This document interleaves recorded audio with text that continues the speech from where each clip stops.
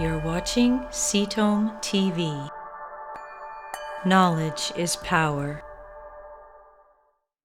Hello, my name is Michelle Morand. This is Alexander Rowland, and we're here to talk with you about multiple myeloma and specifically treatment options for advanced cases. There's apparently some new developments in science you couldn't wait to tell us about. Yes. So if this is relevant to you or someone you know, someone with advanced multiple myeloma, pay attention. For about 5 minutes here, Alex is going to tell you about some new exciting treatments, all FDA approved based on peer-reviewed medical science. Go. Go. So multiple myeloma is one of those types of cancers. It's quite common. And it's considered a fairly good cancer to have because there's been so many new developments in its treatment that are incredibly effective. And they're all based on a drug called thalidomide that you probably have heard of. Thalidomide was that drug that created all of those horrendous, disabled children. Birth defects. Birth defects and deaths. It was banned in Canada. So what happened over the years is they found that it was actually quite effective in certain types of cancers like multiple myeloma. And so they've developed it from thalidomide to an improved version of it called lenalidomide. And now they have a third generation of the drug called pomalidomide. So those drugs have been quite effective in treating multiple myeloma.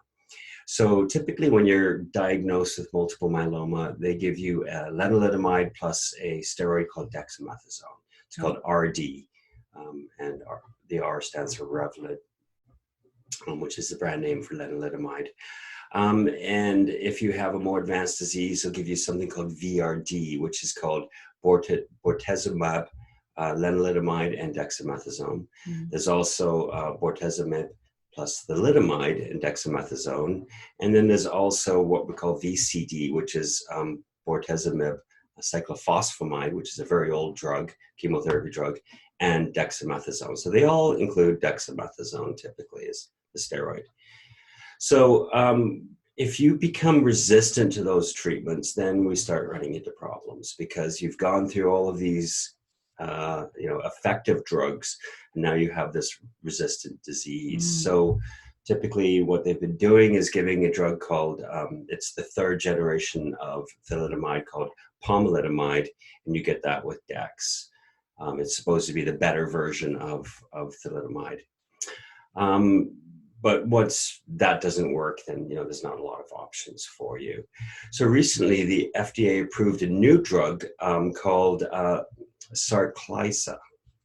Does that start with an S or a C for people who want to look that up? Sarclisa.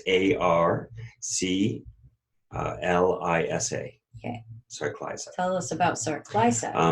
Isatuximab is its name. So it's a monoclonal antibody, and it targets something called CD38. Okay. So the FDA just recently approved it for advanced and relapsed refractory multiple myeloma in combination with pomalidomide and dexamethasone.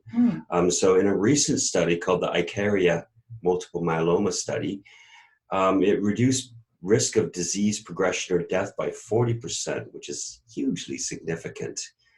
And the overall response, how many patients responded to this combination in comparison to just pomalidomide and dexamethasone, was 60.4% versus 35.3% for pomalidomide and dexamethasone. Wow. So this is a radical change in how we treat multiple advanced untreatable multiple myeloma by targeting this CD38 axis. Okay, now tell me, you said 64% versus what? 60.4 versus 35.3%. Thank you.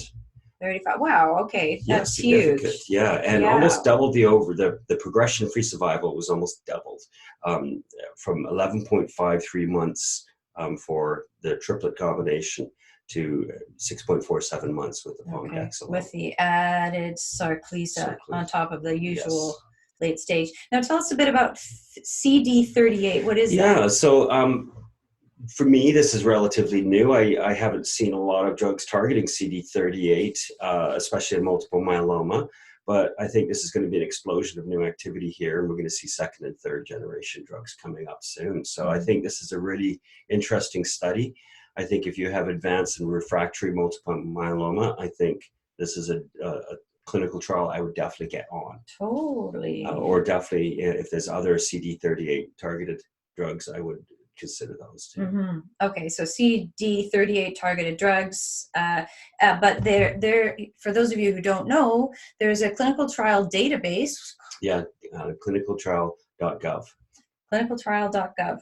So even whether you're in the U.S. or Canada or elsewhere, you can have a look at clinicaltrial.gov, see what's happening, particularly with this particular trial. It's the ICARIA study, you said?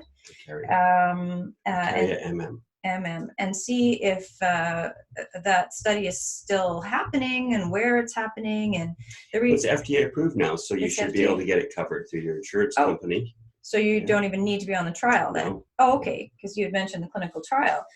In this case, you could probably just go to your doctor and say, hey, I heard about this new Sarclisa added to the pomalidomide and the Dex. Let's get that for me, because those statistics are pretty good. Anytime the FDA is fast-tracking something for approval, it means it's really shown some excellent efficacy, and it's got some good proof behind it. So, wouldn't you say? Yes. Okay, well, I can see why you didn't want to wait. No, I know. Because we're talking about, late-stage multiple myeloma. You don't want to mess around with that, and here's something that's making a huge difference for people, for sure. Okay, well, thanks very much. I hope you got some benefit out of this. If you know anyone who has advanced stage multiple myeloma, or even just multiple myeloma, and you just want them to know all their options as the disease progresses over time, do share this video with them and make sure that they look into this for themselves. Thanks for joining us. Bye. Thank you for watching Ketome TV. Subscribe below and stay informed.